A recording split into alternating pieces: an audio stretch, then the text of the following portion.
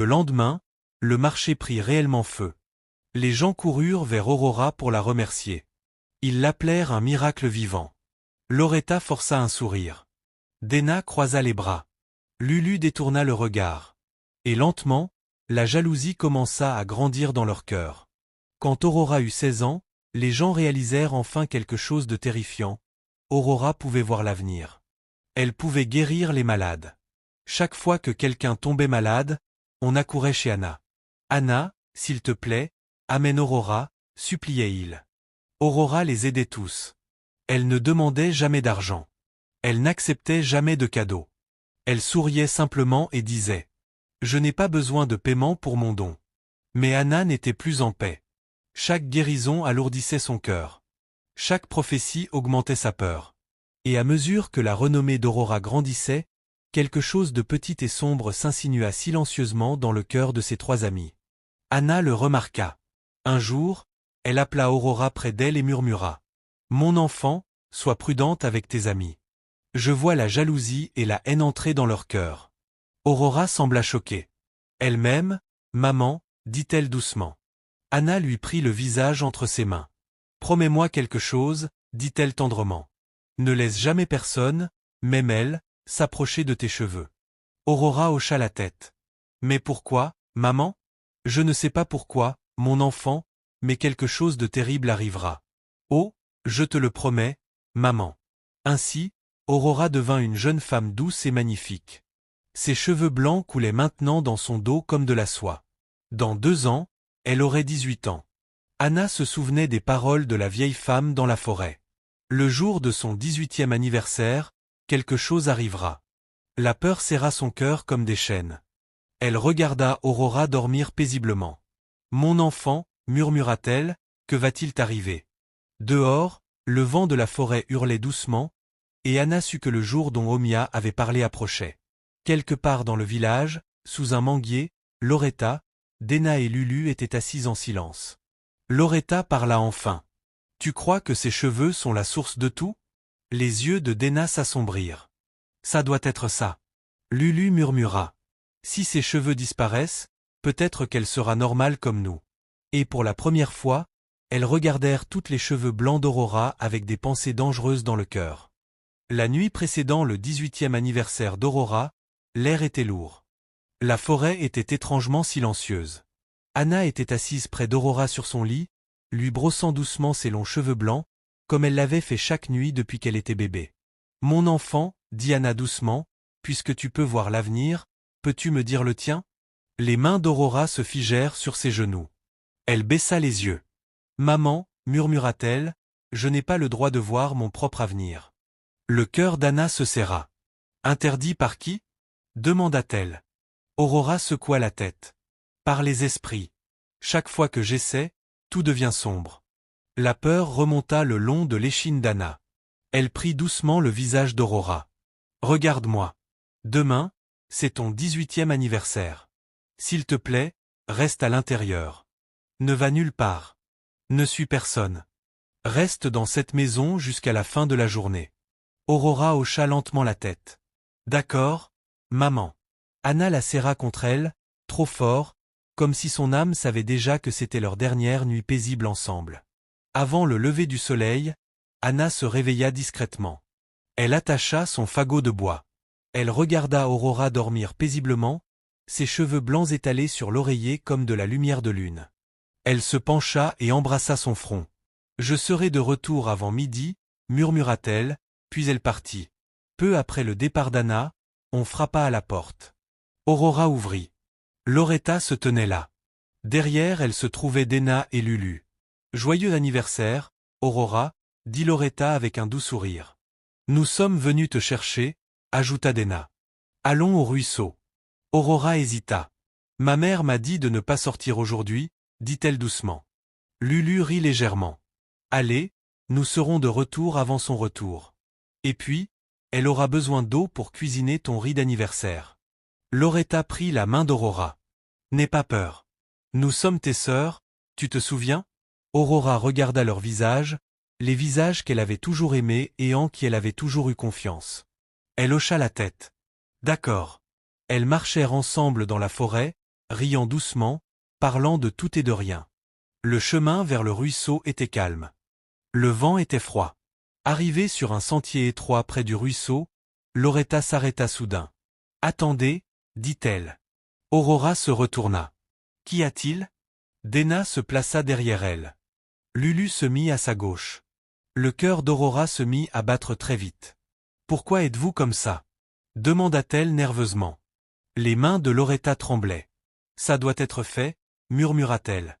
Aurora recula. « De quoi parlez-vous » Déna sortit une petite paire de ciseaux. « Personne ne doit toucher mes cheveux, » cria Aurora. « Si vous les coupez, quelque chose de terrible arrivera. »« Non, s'il vous plaît. » Lulu la retint. « Ma mère a dit que personne ne devait toucher mes cheveux. » cria Aurora. « Si vous les coupez, quelque chose de terrible arrivera. » Aurora se débattit violemment. « Ma mère a dit que personne ne devait toucher mes cheveux. Mes cheveux, c'est ma vie. Si vous les coupez, quelque chose de terrible arrivera. » Elle supplia. « Loretta, Lulu, Déna, je vous en prie. Vous êtes mes sœurs. » Les yeux de Loretta se remplirent de larmes. « Si tes cheveux disparaissent, tu seras normale comme nous, » cria-t-elle. Tout s'arrêtera, les louanges, l'admiration. Déna leva les ciseaux et coupa. Les cheveux blancs tombèrent au sol et se dissipèrent comme de la brume. La forêt hurla. Un vent violent traversa les arbres. Le ciel s'assombrit. La forêt devint sauvage et furieuse. Le corps d'Aurora devint mou. Ses yeux se révulsèrent. Elle s'effondra au sol, sans respirer, sans bouger. Au loin, Anna laissa tomber son bois. Son cœur explosa de douleur. « Mon enfant !» cria-t-elle. Elle courut droit dans la forêt. Les trois filles reculèrent, terrorisées. « Que avons-nous fait » murmura Lulu. « Que avons-nous fait » Aurora gisait là, ses cheveux blancs disparaissant dans le sol. Anna surgit à travers les arbres. Elle tomba à genoux près d'Aurora. « Mon enfant, qu'avez-vous fait » cria-t-elle. Elle secoua son corps.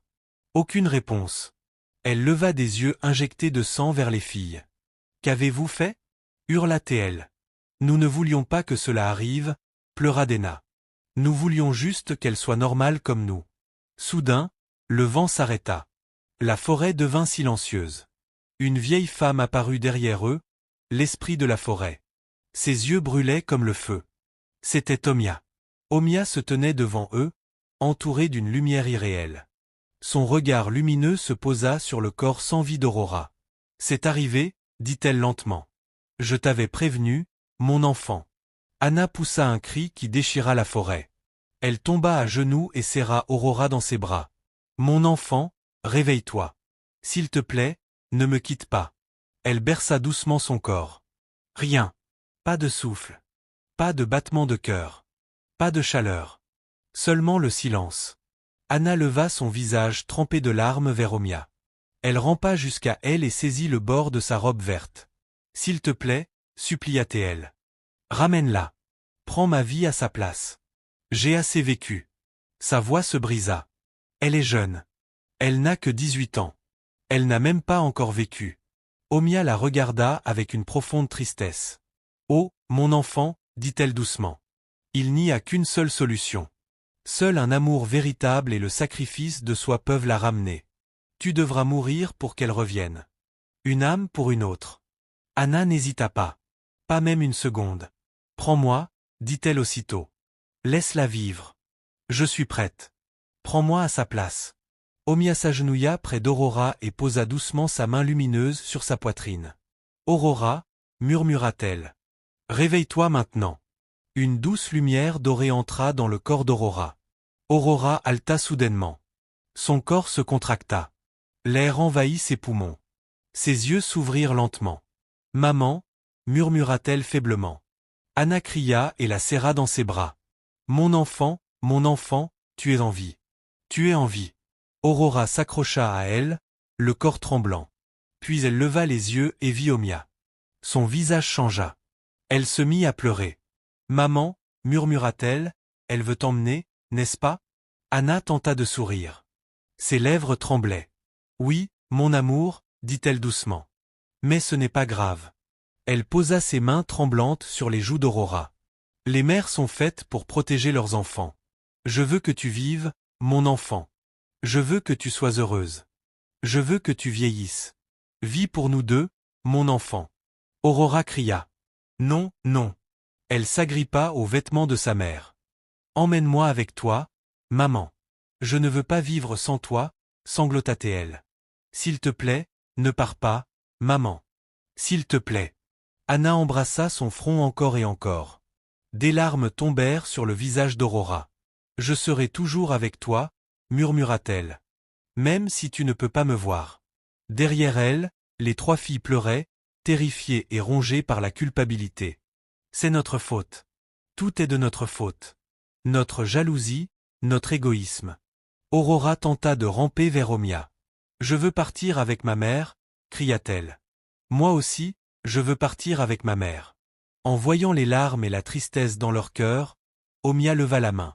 Il existe une autre option pour que vous viviez toutes les deux, dit-elle lentement. Mais elle a un prix.